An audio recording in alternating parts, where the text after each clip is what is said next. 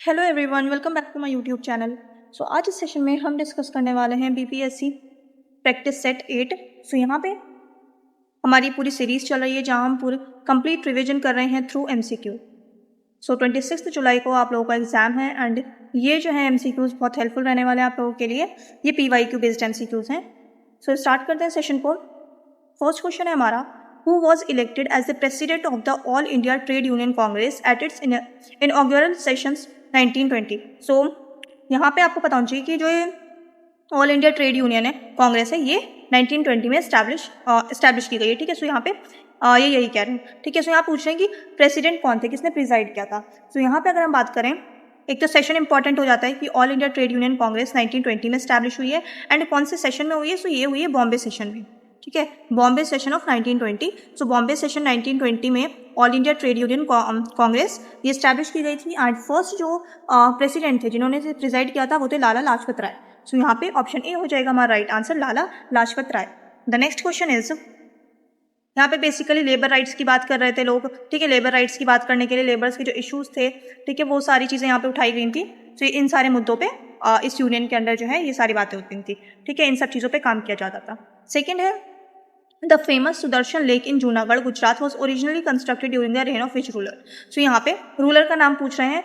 सो Sudarshan lake और Junagadh inscription जो है, जिसे गिरनार इंस्क्रिप्शन भी कहते हैं, इससे रिलेटेड जो है बहुत सारे रूलर्स का नाम है, मतलब बहुत सारे रूलर्स ने इस इंस्क्रिप्शन से हमें पता चलता है। ये जो इंस्क्रिप्शन है सुदर्शन लेक को कंस्ट्रक्ट करवाया है। सबसे पहले तो ये ओरिजिनली जो कंस्ट्रक्ट हुई थी चंद्रगुप्त मौर्य के टाइम पे हुई थी। ठीक है, एंड चंद्रगुप्त मौर्य के गवर्नर ने इसे कंस्ट्रक्ट कराया था जिसका नाम था पुष्य गुप्ता। एंड उसके बाद इसको अगर हम बात करते हैं, पुष्य गुप्ता ने इसको कंस्ट्रक्ट करवाया था एंड बाद में इसको रिपेयर करवाया था अशोका के गवर्नर ने इसे रिपेयर करवाया था एंड इसका नाम था, गवर्नर का क्या नाम था, अशोका के गवर्नर का नाम था तुषास्पा। नाम इंपॉर्टेंट है। ठीक है, तो आप लोगों ने नाम पता होना चाहिए। तुषास्पा जो है वो नाम था अशोका के गवर्नर का एंड जो चंद्रगुप्त मौर्य थे इनका जो गवर्नर था, इसका गवर्नर जो था उसने कंस्ट्रक्ट करवाया था ओरिजिनली सुदर्शन लेक को, जिसका नाम था पुष्य गुप्ता। तो यहाँ पे ऑप्शन ए जो हो जाएगा हमारा राइट आंसर हो जाएगा। नेक्स्ट है, which British governor formally abolished the system of dual government dyarchy in Bengal. So जो डुअल गवर्नमेंट सिस्टम स्टार्ट किया था ये किसने किया था? डुअल गवर्नमेंट सिस्टम स्टार्ट किया था रॉबर्ट क्लाइव ने। ठीक है, रॉबर्ट क्लाइव ने सिस्टम को स्टार्ट किया था डुअल गवर्नमेंट, मतलब जहाँ पे निजामत सिस्टम जो होता था वो अलग होता था एंड दीवानी सिस्टम जो है वो अलग होता था। दीवानी सिस्टम जो होता था वो रेवेन्यू से रिलेटेड होता था, निजाम सिस्टम जो होता था ये पूरा सिविल से रिलेटेड होता था। सो यहाँ पे अगर हम बात करें कि और जो निज़ाम होता था वो हैंडल करता था सारे सिविल मैटर्स एंड जो दीवान होता था यानी कि ये क्या होता था, ये पूरा रेवेन्यू कलेक्टर होता था। सो यहाँ पे पूरा ऐसे डुअल सिस्टम चल रहा था। ये स्टार्ट किसने किया था? ये स्टार्ट किया था रॉबर्ट क्लाइव ने। बट यहाँ पे जो है बहुत ज़्यादा करप्शन स्टार्ट हो गई थी, बहुत ज़्यादा करप्शन। तो इस करप्शन को ख़त्म करने के लिए उसके बाद 1772 में क्योंकि इंग्लैंड में पता चल गया कि रॉबर्ट क्लाइव जो है बहुत ज़्यादा करप्शन कर रहा है, जो कंपनी है बहुत ज़्यादा करप्शन कर रही है, तो 1772 में वॉरेन हेस्टिंग को अपॉइंट किया गया as a governor of Bengal. ठीक है, so as a governor of Bengal appoint किया गया वॉरेन हेस्टिंग को, और वॉरेन हेस्टिंग ने डुअल गवर्नमेंट सिस्टम जो है ये एबॉलिश कर दिया। सो यहाँ पे ए जो हो जाएगा हमारा राइट आंसर हो जाएगा। एंड वॉरेन हेस्टिंग जो है पहले गवर्नर ऑफ बंगाल था देन 1773 में चार्टर एक्ट आता है जिसके तहत ये गवर्नर ऑफ बंगाल का जो है डिजाइनेशन चेंज करके क्या करते हैं, गवर्नर जनरल ऑफ बंगाल। ठीक है, गवर्नर जनरल ऑफ बंगाल। तो first governor general of Bengal बना वो कौन था? Warren Hasting first governor general of Bengal था। अब नेक्स्ट है, द प्रार्थना समाज वॉज एस्टैब्लिश्ड इन बॉम्बे 1867। तो 1867 में प्रार्थना समाज जो है इसको एस्टैब्लिश किया गया था। ईयर इंपॉर्टेंट हो जाता है। ठीक है, प्रार्थना समाज एस्टैब्लिश हुई 1867 में। यहाँ पूछ रहे हैं कि इसके फाउंडर कौन थे, तो इसके फाउंडर थे आत्माराम पांडुरंग। सो ऑप्शन ए हो जाएगा यहाँ पे राइट आंसर, आत्माराम पांडुरंग। ठीक है, एंड एमजी रनाडे जो है इन्होंने बाद में इसको बहुत ज़्यादा जैसे अगर हम बात करें कि इसमें बहुत ज़्यादा काम जो है वो किसके टाइम पे हुए, वो हुए एमजी रनाडे के टाइम पे। ठीक है, सो एमजी रनाडे ये जो है एमजी रनाडे के टाइम पे बहुत ज़्यादा काम हुए प्रार्थना समाज में, और इसके जो फाउंडर थे वो थे आत्माराम पांडुरंग। नेक्स्ट है, the prominent dynamic tax named chauth collected by Shivaji Maharaj amounted to what fraction of land revenue. So chauth जो है ये मराठा एम्पायर जो है ये चौथ कलेक्ट करती थी। चौथ ये टैक्स का नाम है। ठीक है, एंड ये कितने उस पे लैंड रेवेन्यू पे, कितने फ्रैक्शन ऑफ लैंड केस पे रेवेन्यू कलेक्ट किया जाता था, तो कितने फ्रैक्शन पे किया जाता था? ये किया जाता था 25% पे, 25% यानी कि 1/4। सो ऑप्शन ए हो जाएगा यहाँ पे हमारा राइट आंसर। नेक्स्ट है, during the revolt of 1857 who took up the operational leadership of the rebellion in Bareilly. So ये जो है 1857 का जो रिवोल्ट हुआ है वो बहुत सारी जगह हुआ है, ठीक है, कानपुर, इलाहाबाद, झांसी, दिल्ली, तो हर जगह के जो लीडर हैं और वहाँ पे जो है सप्रेस किसने किया था, ठीक है, तो वो जो ब्रिटिश ऑफिसर है जिसने सप्रेस किया है रिवोल्ट को, एंड जो लीडर हैं जिन्होंने लीड किया 1857 के रिवोल्ट को, हर जगह के लोकल लीडर जो रहे हैं, तो उनके नाम जो है वो बहुत इंपॉर्टेंट है। यहाँ पूछा है बरेली का कि रिवोल्ट ऑफ 1857 जो बरेली में हुआ था तो उसके लीडर कौन थे, तो बरेली में लीडर थे खान बहादुर खान, ठीक है। सो यहाँ पे ऑप्शन ए हो जाएगा हमारा राइट आंसर, खान बहादुर खान। नेक्स्ट है The famous Vaikom Satyagraha of 1924-25 in Kerala was primarily launched against which social evil? So Vaikom Satyagraha हुआ है 1924-25, ये आपको ईयर याद रखना है, हुआ कहाँ पे, केरला में हुआ है। एंड वाइकॉम सत्याग्रह की अगर हम बात करें तो ये बेसिकली टेम्पल एंट्री मूवमेंट था और अनटचेबिलिटी से लड़ने के लिए ये मूवमेंट चलाया गया था। तो यहाँ पे ऑप्शन ए हो जाएगा हमारा right answer, untouchability and temple entry restrictions, क्योंकि लोअर कास्ट को जो है वो अपर कास्ट अलाउ नहीं करती थी कि आप टेम्पल में नहीं एंटर कर सकते हैं, ठीक है। सो इन सब सोशल लेवल्स के अगेंस्ट जो है वाइकॉम सत्याग्रह हुआ था कि हम भी इंसान हैं और हम भी यही रिलीजन फॉलो कर रहे हैं, तो हमें भी टेम्पल में एंटर होने का हक मिलना चाहिए। और जो अनटचेबिलिटी है इसके अगेंस्ट में भी था ये कि छुआछूत को खत्म करना चाहिए, अनटचेबिलिटी को खत्म करना चाहिए, हम भी ह्यूमंस हैं। सो यहाँ पे ऑप्शन ए हो जाएगा हमारा right answer, untouchability and temple entry restrictions. The next question is which revolutionary secret society was organised by Vinayak Damodar Savarkar? So Savarkar ने जो है 1904 में कौन सी सीक्रेट सोसाइटी जो रिवोल्यूशनरी सीक्रेट सोसाइटी एस्टैब्लिश की थी? तो ये फाउंडर पूछ रहे हैं, तो ये था हमारा कौन सा, अभिनव भारत। सो ऑप्शन ए हो जाएगा राइट आंसर, अभिनव भारत। नेक्स्ट है, और इनिशियली अगर हम बात करें तो ये जो है 1899 में मित्र मेला एस्टैब्लिश किया था सावरकर ब्रदर्स ने, ठीक है। मित्र मेला का ही ये जो है आगे चल के मित्र मेला ही क्या बन गया, अभिनव भारत बन गया 1904 में। और 1899 में ये मित्र मेला था, मित्र मेला सबसे पहले एस्टैब्लिश किया था सावरकर ब्रदर्स ने। उसके बाद 1904 में यही मित्र मेला जो है अपग्रेड हो गया किसमें, अभिनव भारत सोसाइटी में, ठीक है। नेक्स्ट है The conceptual architectural element called true arc with a keystone was first prominently introduced in India by which ruler's tomb? So ये जो है true arc का कॉन्सेप्ट आर्किटेक्चर में, ये कौन से टूम्ब में सबसे पहले, कौन से रूलर की टूम्ब में जो सबसे पहले ये कॉन्सेप्ट हमें देखने को मिलता है, यूज किया गया था? सो ये जो है basically Ghiyasuddin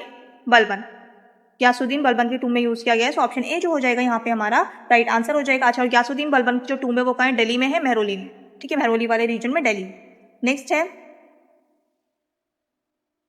who was known as the Iron Lady or the frontline face of the Chittagong Armory raid alongside Surya Sen? So Surya Sen main leader हैं चित्तगोंग आर्मरी रेड के, ठीक है। तो यहाँ पे जो है पूछ रहे हैं कि कौन सी विमेन ने भी बहुत सपोर्ट किया था, ठीक है। तो इसमें पूछ रहे हैं कि कौन सी विमेन थी जिन्हें आयरन लेडी कहा जाता है, जो कि फ्रंटलाइन फेस थी चित्तगोंग आर्मरी रेड की। सो ये कौन थी, ये थी Pritilata Waddedar.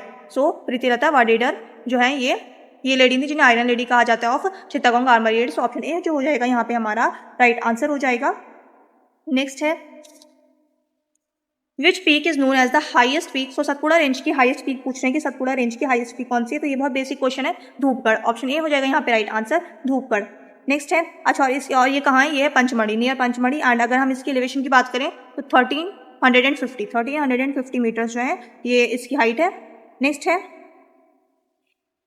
What is the standard scientific term used for lines connecting places of equal atmospheric pressure on a weather map? So ये जो होते हैं इमेजिनरी लाइंस होती है, ये पूरा वर्ल्ड मैप है समझ लीजिए। तो इस जगह पे अगर यहाँ पे बात करें places of equal atmospheric pressure, ठीक है। सो एटमॉस्फेरिक प्रेशर अगर यहाँ पे सेम है, इस जगह पे सेम है, तो इसे जो है कनेक्ट करते हैं एक इमेजिनरी लाइन, ठीक है। इन जगह को हम कनेक्ट करें जैसे एक लाइन से, ठीक है। तो इस लाइन को क्या कहा जाता है, तो इस लाइन को कहा जाता है आइसोबार्स। सो ऑप्शन ए हो जाएगा यहाँ पे राइट आंसर। एटमॉस्फेरिक प्रेशर की बात हो रही है यहाँ पे, ये आपको ध्यान रखना है। अगर यहाँ पे टेम्परेचर की बात होती, ठीक है, अगर यहाँ पे टेम्परेचर की बात होती है कि दो प्लेसेस पे टेम्परेचर सेम है, फॉर एग्जांपल ये है हमारा वर्ल्ड मैप, एंड यहाँ पे एक जगह है जैसे नॉर्थ अमेरिका पे, यहाँ पे है यूरोप, यहाँ पे है एशिया। तो यहाँ पे अगर सेम टेम्परेचर है, यहाँ पे सेम टेम्परेचर है, यहाँ पे सेम टेम्परेचर है, तो इसको हम ऐसे कनेक्ट करेंगे जिस लाइन से यहाँ पे सेम टेम्परेचर है, तो ये जो है इस लाइन को क्या कहेंगे, अगर हम सेम टेम्परेचर वाली प्लेसेस को कनेक्ट कर रहे हैं तो उसे कहा जाएगा आइसोथर्म्स, ठीक है। आइसोथर्म्स कहेंगे अगर सेम टेम्परेचर है। बट यहाँ पे बात हो रही थी एटमॉस्फेरिक प्रेशर की, अगर दो प्लेसेस पे वेदर मैप में एटमॉस्फेरिक प्रेशर्स दो प्लेस पे सेम है, तो उसको जो हम कनेक्ट करेंगे तो उस लाइन को क्या कहते हैं, उस लाइन को कहा जाता है आइसोबार्स। सो यहाँ पे ऑप्शन ए हो जाएगा हमारा right answer, isobars. The next question is the famous duns are structural longitudinal valleys होती हैं ये, ठीक है, form between which mountain ranges? So duns जो है दो माउंटेन रेंजेस के बीच में, हिमालयाज जो है तीन पार्ट्स में डिवाइड है, ठीक है। अब यहाँ पे जो मिडिल हिमालयाज हैं एंड शिवालिक्स और जो लेसर हिमालयाज हैं, ठीक है, लेसर हिमालयाज एंड शिवालिक जो हैं यहाँ पे दून्स क्रिएट होते हैं, ठीक है, दून्स देख रहे हैं, जैसे कि फेमस दून है सबसे ज़्यादा देहरादून। सो ये लेसर हिमालयाज एंड शिवालिक्स के बीच में जो है फाउंड होते हैं। सो ऑप्शन ए जो हो जाएगा यहाँ पे हमारा राइट आंसर हो जाएगा। नेक्स्ट है which specific type of forest covers the maximum geographical area in India. So यहाँ पे अगर हम बात करते हैं कि पूरे इंडिया की अगर हम बात करें तो इंडिया में सबसे ज़्यादा जो है फॉरेस्ट कवर हमें किस टाइप का फॉरेस्ट कवर देखने को मिलता है इंडिया में। तो इंडिया में सबसे ज़्यादा अगर हम फॉरेस्ट की बात करते हैं तो किस टाइप की फॉरेस्ट मिलता है, ट्रॉपिकल ड्राई डेसिडियस फॉरेस्ट, ठीक है, tropical dry deciduous forest type जो है हमें इंडिया में सबसे ज़्यादा देखने को मिलता है। तो ऑप्शन बी जो हो जाएगा यहाँ पे हमारा राइट आंसर हो जाएगा, ठीक है। जैसे कि अगर हम एमपी की बात करते हैं, यूपी की बात करते हैं, बिहार के पार्ट्स की कुछ बात करते हैं, तो यहाँ पे हमें ट्रॉपिकल ड्राई डेसिडियस फॉरेस्ट जो है ये देखने को मिलता है। नेक्स्ट है the Amaravati, Bhavani, Hemavati and Kabini are the prominent tributaries of which major river. So यहाँ पे अगर हम बात करते हैं रिवर्स की, सो रिवर सिस्टम बहुत इंपॉर्टेंट है, वेरी वेरी इंपॉर्टेंट टॉपिक है। हर रिवर का मतलब जितने भी रिवर सिस्टम है इंडिया में उसका आपको ट्रिब्यूटरीज पता होनी चाहिए, डिस्ट्रीब्यूटरीज पता होनी चाहिए, कहाँ से ओरिजिनेट हो रही है, ये सारी चीज़ें आपको पता होनी चाहिए, ठीक है। वाटर डिवाइड्स पता होनी चाहिए दो रिवर सिस्टम के बीच का। सो यहाँ पे अमरावती, भवानी, हेमावती एंड कावेरी जो ये ट्रिब्यूटरीज हैं कौन सी रिवर की, सो ये ट्रिब्यूटरीज हैं कावेरी रिवर की। सो ऑप्शन ए हो जाएगा यहाँ पे right answer, Kaveri river. Next है Which geological era of rock system in India is the primary source of premium metallurgical coal? So ये जो है कौन से मेटलर्जिकल कोल जो है ये हमें कौन से एरिया में देखने, कौन से रॉक सिस्टम में देखने को मिलता है। सो हमें ये मिलता है गोंडवाना रॉक सिस्टम में, ठीक है। So Gondwana rock system, option A हो जाएगा यहाँ पे right answer, Gondwana system. Next है The severe localized thunderstorm accompanied by heavy rain common in West Bengal during the spring is called. So इसे क्या कहा जाता है, हैवी रेन्स होती हैं थंडर स्टॉर्म के साथ, ठीक है, वेस्ट बंगाल में। तो ये बेसिकली सीजनल होते हैं। तो ये जो है इस रेन को क्या कहा जाता है, इसे कहा जाता है काल बैसाखी। सो ऑप्शन ए हो जाएगा यहाँ पे right answer, Kal Baisakhi. The next question is the deep sea plain feature called guyot is distinctively defined as. So guyot जो है ये आप समझ लीजिए कि ये प्लेट्यूज की तरह होता है, ठीक है, प्लेट्यूज के जैसा होता है, बट ये सबमर्ज होता है। ये किसके अंदर होता है, ये ओशंस के अंडर होता है। सो ये प्लेट्यूज अंडर ओशंस आप मान सकते हैं, इसको कह सकते हैं। तो इसे क्या करेगा, flat top submerged volcanic mountain, ठीक है, पीक्स नहीं होती, फ्लैट होता है, ठीक है। फ्लैट क्या होता है, फ्लैट जो सिस्टम होता है, हाई एलिवेशन होता है, फ्लैट होता है, उसे हम क्या कहते हैं, प्लेट्यूज कहते हैं, ठीक है। सो यहाँ पे यही है कि flat topped submerged volcanic mountain होता है गुयोट, और ये जो है ये माउंटेन्स जो होते हैं फ्लैट टॉप होता है, ये कहाँ होते हैं, ये ओशंस के अंडर होते हैं। सो ऑप्शन ए जो हो जाएगा यहाँ पे राइट आंसर हो जाएगा, flat top submerged volcanic mountain, इसे कहा जाता है गुयोट्स। नेक्स्ट है which pass connects Srinagar to Leh acting as a crucial high altitude mountain artery. So Srinagar को लेह से जो है कनेक्ट करती है, वो कौन सी पास माउंटेन पास करती है, सो वो करती है जोजिला। ऑप्शन ए हो जाएगा यहाँ पे right answer, Zojila pass. The next question is in the planetary wind system the region of calm और low pressure located near the equator is known as. So ये पूरा हमारा अर्थ है, ये डिवाइड होता है equator, tropic of cancer, tropic of capricorn. So equator वाला जो रीजन होता है, सो यहाँ पे 5 डिग्री नॉर्थ से लेकर के 5 डिग्री साउथ हेमिस्फीयर में जो है यहाँ पे बहुत ज़्यादा काम एयर होती है, ठीक है। विंड सिस्टम जो है बहुत काम होता है, बहुत लो प्रेशर होता है, यहाँ पे प्रेशर जो है बहुत लो होता है। तो उस रीजन को जो है क्या कहा जाता है, उस रीजन को कहा जाता है डोलड्रम्स, ठीक है, डोलड्रम्स कहा जाता है। सो ऑप्शन ए हो जाएगा यहाँ पे राइट आंसर, डोलड्रम्स, इस जोन को कहा जाता है डोलड्रम्स। नेक्स्ट है under which article of the constitution can the president seek the legal opinion of the supreme court. So यहाँ पे एडवाइजरी ज्यूरिसडिक्शन की बात हो रही है। सो एडवाइजरी ज्यूरिसडिक्शन जो है ये आता है under article 143। So option A हो जाएगा यहाँ पे हमारा राइट आंसर 143। नेक्स्ट क्वेश्चन है the structural conceptual design of DPSP is borrowed from. So DPSP जो है हमने ये कौन से कॉन्स्टिट्यूशन से बोरो किया, ये हमने बोरो किया है आयरलैंड के कॉन्स्टिट्यूशन से, ठीक है, ये हमने आयरलैंड से बोरो किया है। एंड आयरलैंड ने ये कॉन्सेप्ट कहाँ से बोरो किया, क्योंकि आयरलैंड का ओरिजिनल नहीं था। सो आयरलैंड ने भी जो ये डीपीएसपी का कॉन्सेप्ट कहीं और से बोरो किया है। तो ये भी आपको पता होना चाहिए, आयरलैंड ने ये कॉन्सेप्ट लिया है स्पेन से, ठीक है। सो स्पेनिश कॉन्स्टिट्यूशन से लिया है आयरलैंड ने और आयरलैंड से लिया है इंडिया ने, ठीक है। सो इस तरीके से हुआ है, स्पेन में था डीपीएसपी का कॉन्सेप्ट, स्पेन से लिया आयरलैंड ने और आयरलैंड से लिया इंडिया ने, ठीक है। सो यहाँ पे ऑप्शन ए हो जाएगा राइट आंसर। ये मैंने इस वजह से बता दिया क्योंकि पूछ सकते हैं कि आयरलैंड ने ये कॉन्सेप्ट कहाँ से लिया था डीपीएसपी का। सो आयरलैंड ने स्पेनिश कॉन्स्टिट्यूशन से लिया था, ये भी आपको पता होना चाहिए, और इंडिया ने लिया है आयरलैंड से। सो ऑप्शन ए हो जाएगा यहाँ पे राइट आंसर। अच्छा, और मैं बात करूँ अगर डीपीएसपी, सो डीपीएसपी जो है ये कौन से पार्ट में है, ये है पार्ट 4 में, और आर्टिकल की अगर हम बात करें तो आर्टिकल 36 से आर्टिकल 51, आर्टिकल 36 से आर्टिकल 51 जो है ये कवर होता है पार्ट 4 में। पार्ट 4 है डीपीएसपी। एंड इंपॉर्टेंट आर्टिकल्स की अगर हम बात करें तो आर्टिकल 44 जैसे इंपॉर्टेंट है, यूनिफॉर्म सिविल कोड हो गया। आर्टिकल 40 हो गया, जैसे कि आर्टिकल 40 क्या है, ऑर्गेनाइजेशन ऑफ विलेज पंचायत। सो ये सारी जो ये आपको बहुत अच्छे से पता होनी चाहिए, बल्कि बेयर एक्ट जो है वो पूरे ही आपको पता होने चाहिए। नेक्स्ट है which constitutional amendment act lower the voting age in India from 21 years to 18 years. So पहले जो वोटिंग एज थी कि आप वोट फर्स्ट टाइम दे सकते हैं, वो उसकी मिनिमम एज होनी चाहिए 21 ईयर्स। इस चीज को रिड्यूस किया गया था 1989 में। 1989 में जो है ये एज कम करके कितनी कर दी, 18 ईयर्स। ठीक है, 18 ईयर्स कर दी गई थी। सो ये जो है 1989 में कौन सा अमेंडमेंट एक्ट था, ये था हमारा 61st amendment act. So option A हो जाएगा यहाँ पे right answer, 61st amendment act. अच्छा, और कितनी बार जो प्राइम मिनिस्टर पूछ लेते हैं कि कौन सी प्राइम मिनिस्टर के टाइम पे हुआ था, तो ये हुआ था राजीव गांधी के टाइम पे। ठीक है, राजीव गांधी उस टाइम पे प्राइम मिनिस्टर थे। नेक्स्ट है who serve as the ex officio chairman of the zonal council in India. So zonal council के एक्स ऑफिशियो चेयरमैन कौन होते हैं, ये होते हैं union home minister. So option A जो हो जाएगा हमारा राइट आंसर हो जाएगा, यूनियन होम मिनिस्टर जो है चेयरपर्सन होते हैं। और टोटल जोनल काउंसिल कितनी है, 5 जो है जोनल काउंसिल है, ये स्टैट्यूटरी बॉडीज है। ठीक है, ये स्टेट रीऑर्गेनाइजेशन एक्ट 1956 के तहत जो है क्रिएट की गई थी 5 जोनल काउंसिल, जिसके जो है एक्स ऑफिशियो चेयरमैन होते हैं union home minister. The next question is which institutional body prepares the macro delimitation plan for altering parliamentary constituencies. So यहाँ पे आपको क्वेश्चन को समझने की जरूरत है। यहाँ पे पूछे मैक्रो डिलिमिटेशन, मतलब बहुत बड़े लेवल पे डिलिमिटेशन। ठीक है, तो ये सिर्फ और सिर्फ काम, अगर ऐसा पूछ लें कि जो डिलिमिटेशन होती है, अगर स्टेटमेंट में दे दें कि डिलिमिटेशन होती है, सिर्फ ये किसका काम होता है, डिलिमिटेशन कमीशन ऑफ इंडिया का। सो ये जो है हमारा इनकरेक्ट हो जाएगा, because election commission of India भी डिलिमिटेशन करता है।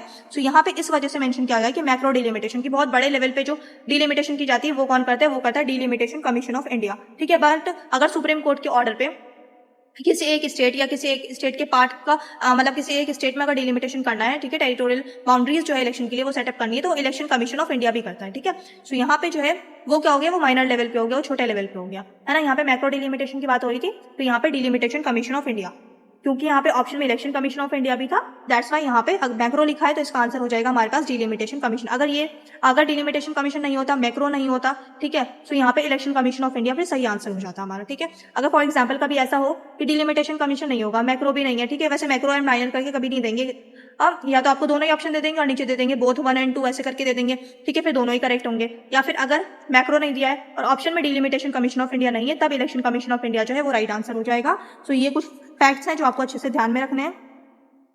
नेक्स्ट है how many members are nominated by the governor to the state legislative council. So state legislative council में जो है गवर्नर कितने मेंबर्स को जो है नॉमिनेट करते हैं। सो ये जो है नॉमिनेट किया जाता है 1/6 मेंबर्स, 1/6 मेंबर को नॉमिनेट करते हैं गवर्नर। सो यहाँ पे ऑप्शन ए जो हो जाएगा हमारा राइट आंसर हो जाएगा 1/6 मेंबर।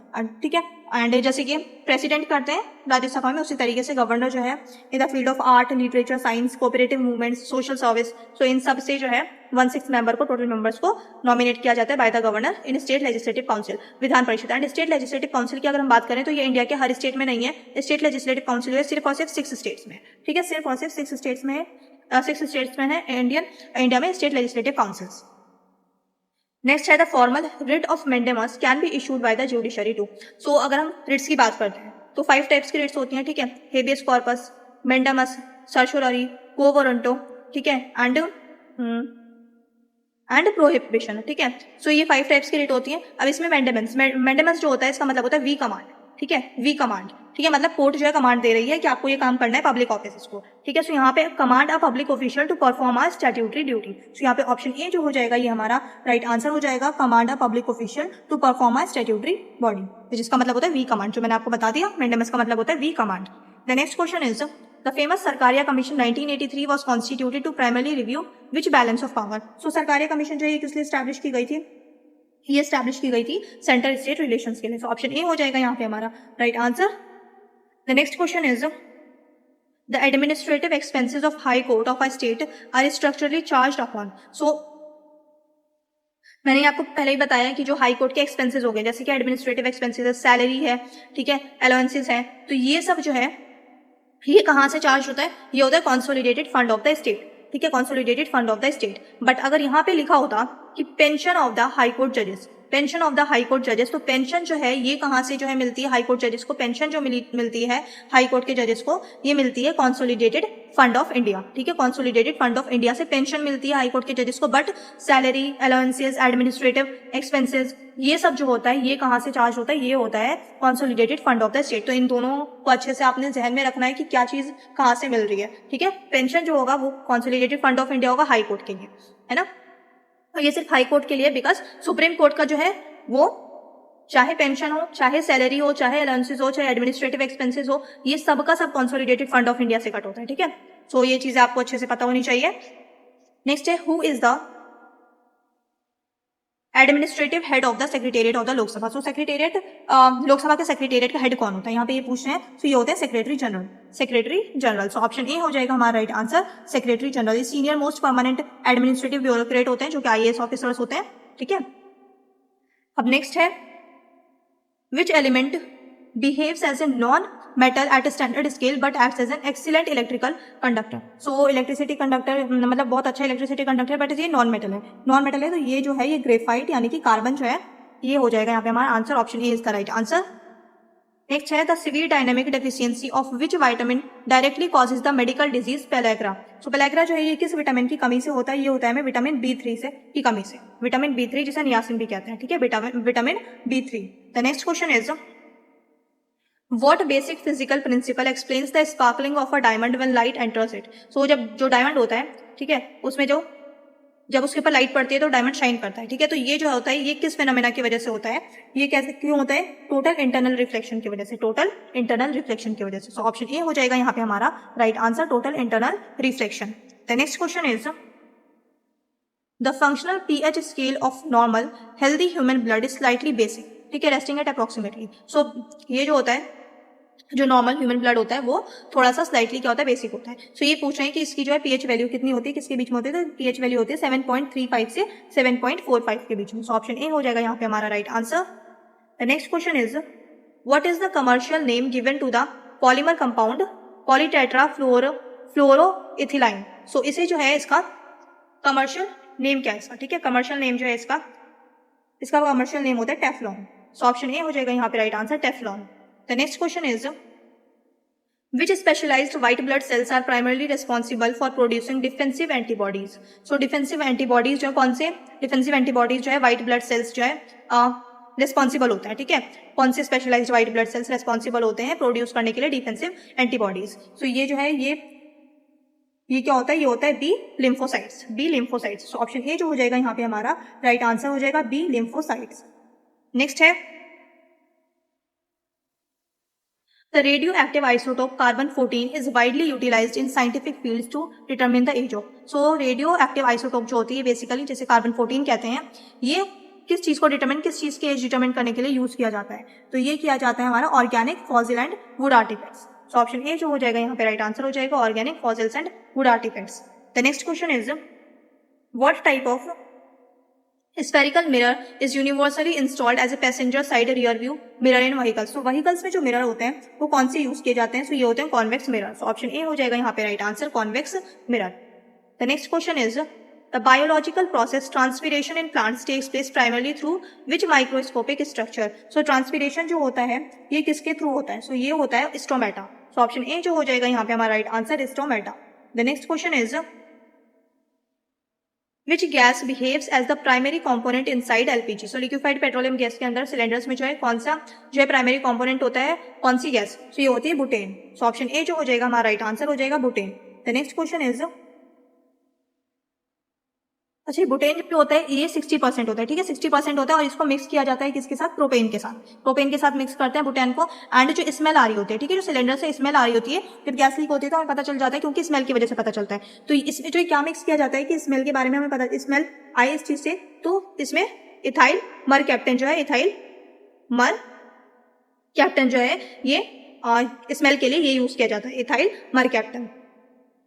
सो नेक्स्ट है which dynamic country has successfully launched the advanced environmental monitoring satellite Methane sat to track global leaks. So यहाँ पे एनवायरमेंटल मॉनिटर करने के लिए कौन सी सैटेलाइट मीथेन सेट जो है ये कौन सी कंट्री ने जो है लॉन्च की है, कौन सी कंट्री ने लॉन्च की, ये की है यूएसए ने स्पेस एक्स फैल्कॉन 9 से, ठीक है, यूएसए ने की है स्पेस एक्स फैल्कॉन 9 से, ठीक है, तो ये भी पता होना चाहिए आपको।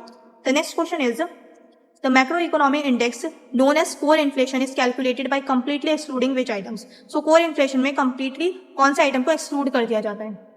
सो इसमें फूड एंड एनर्जी आर्टिकल्स जो हैं वो इंक्लूड नहीं किए जाते, क्योंकि इनके जो प्राइसेस होते हैं वो क्या होते हैं, वॉलेटाइल प्राइस होते हैं, तो वॉलेटाइल प्राइसेस वाली चीजों को कोर इन्फ्लेशन में इंक्लूड नहीं किया जाता है। सो यहाँ पे ऑप्शन ए जो हो जाएगा हमारा राइट आंसर हो जाएगा।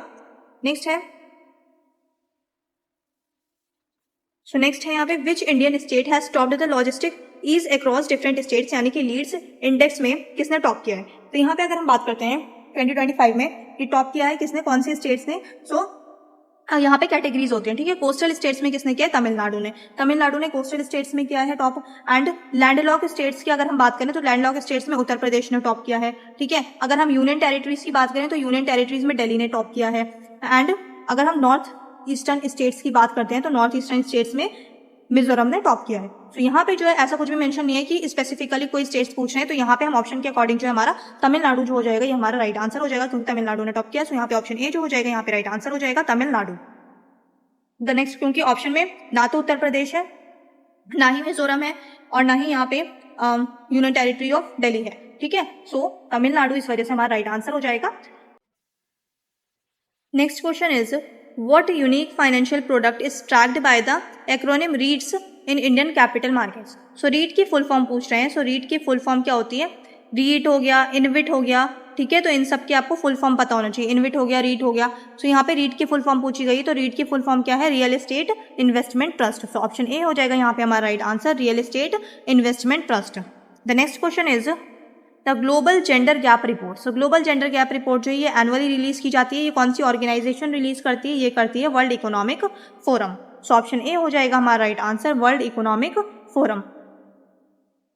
नेक्स्ट है which central public sector enterprises handles the development of the strategic Khavda renewable energy park. So Khavda renewable energy park जो है ये कौन सी जो है सेंट्रल पब्लिक सेक्टर जो है कौन सी एंटरप्राइज जो है इसको देखती है? सो ये जो है हमारा राइट आंसर हो जाएगा यहाँ पे Adani green NTPC. So option A जो हो जाएगा यहाँ पे हमारा राइट आंसर हो जाएगा।